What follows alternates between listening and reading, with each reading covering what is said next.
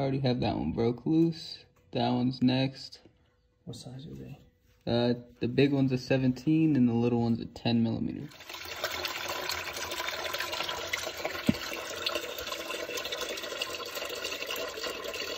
So now we're gonna go ahead and take the oil filter out. I'll do your job so you can sit there and fucking stuff your fucking fat face. Where's that flashlight? So there's the oil filter housing right there. We gotta take out those three.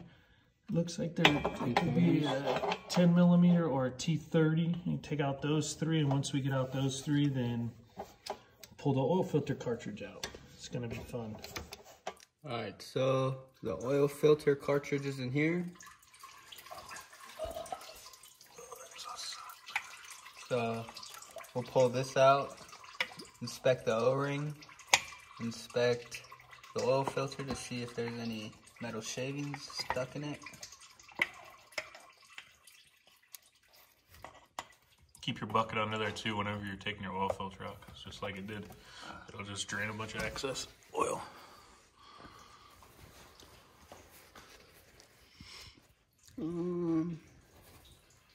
Oil filter looks pretty good. As good as an oil filter can look. No metal shavings, and the O-ring looks... It's your O-ring right there. The black O-ring right here. Looks good enough. Checking for like any nicks, gouges, anything that will make it not seal correctly.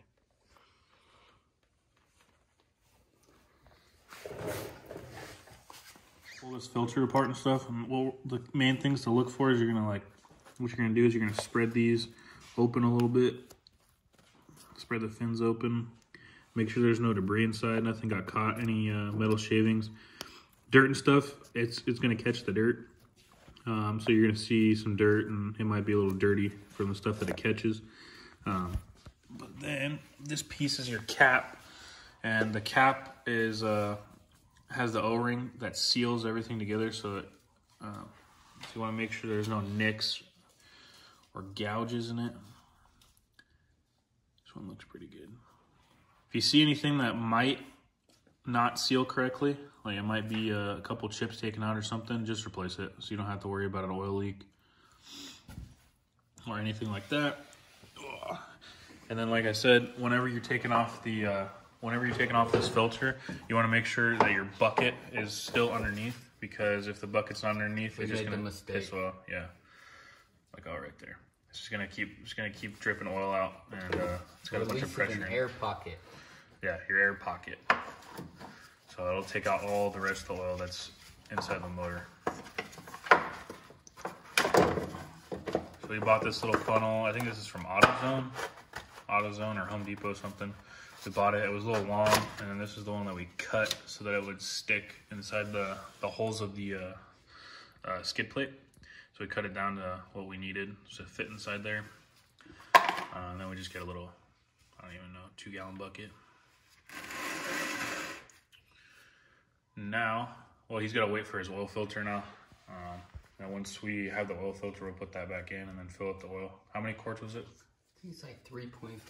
3.5 quarts. And then that 17 bolt, or the 17 bolt that he's putting back in, it's got a little magnet on the end of it. So whenever you take that off, you want to inspect that to see if there's any big chunks of metal or anything out of the ordinary inside there. Little shavings and stuff here and there are going to happen.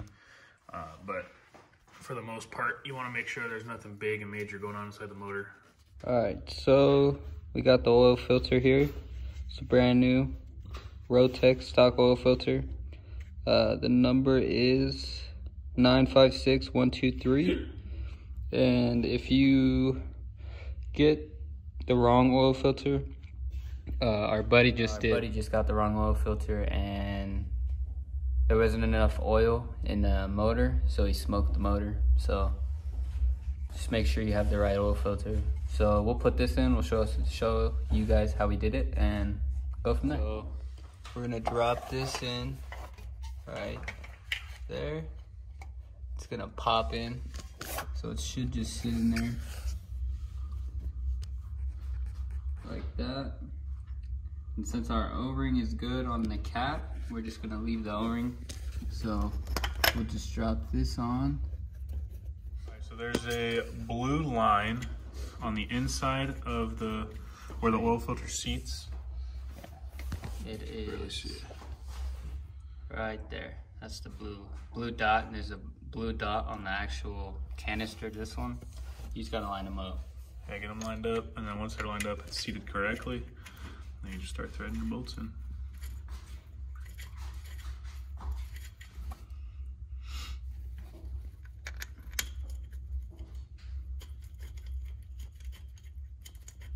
Don't drop any of these bolts because last time I did, it went behind the starter. And it took us like 3 hours to get it out. It took forever.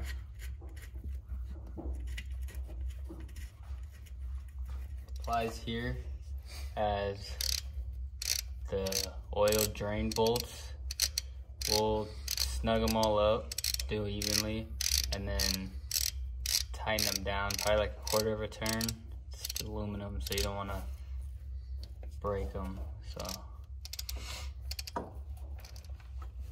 So we looked up the spec of engine oil. With the oil filter replacement, it's going to take 3.5 liters, 3.7 US quarts. So that's what we're going to do. That is on page 134 of your owner's manual, Can-Am owner's manual. So we'll put 3.7 quarts in. Then we came up with,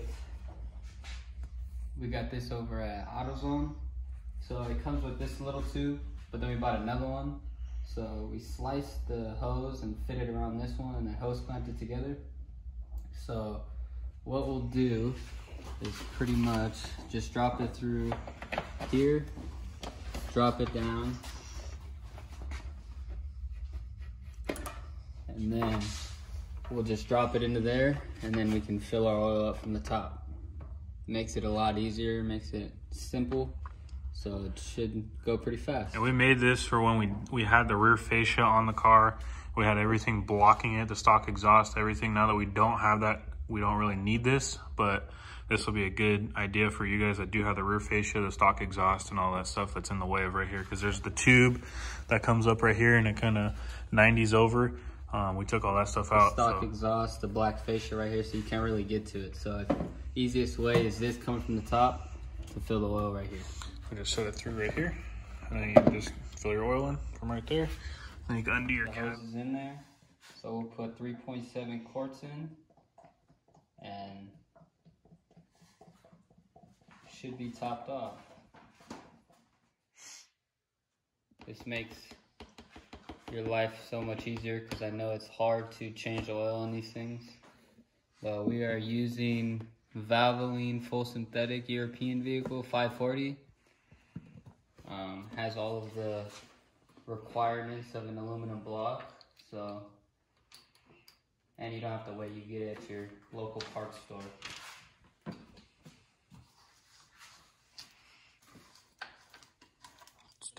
So we're gonna fill it up to the 500 line, and whenever we do that, then we'll turn it on, run it, check the oil, and then if we need to add oil, we'll add some, or there could also be residual oil still in the motor, so we might not have to do anything. It might be good. So we'll see. He's gonna fill up 3.5 quarts.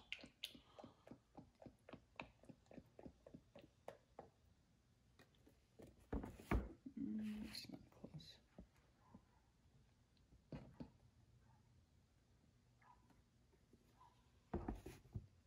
Almost there.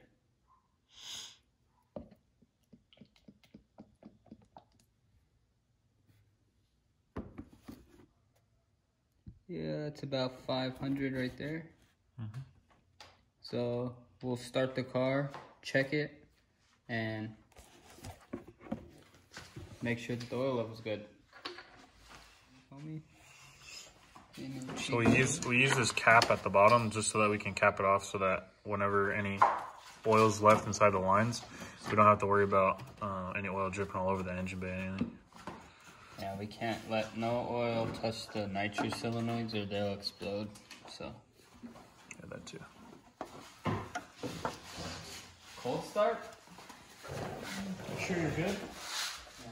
Start looking at the oil filter and shit, Austin, looking for leaks. See it from right here.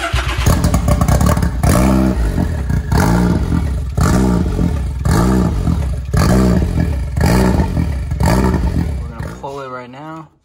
Check to see.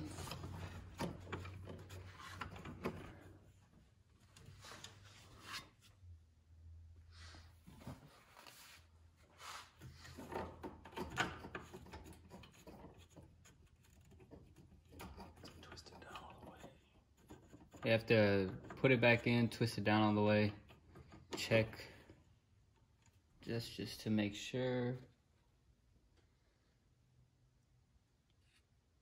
And the oil is full. It's at its max right now. It's in between those two lines, there and there. So the oil is perfect. So that's how you change your oil on a Can-Am X3.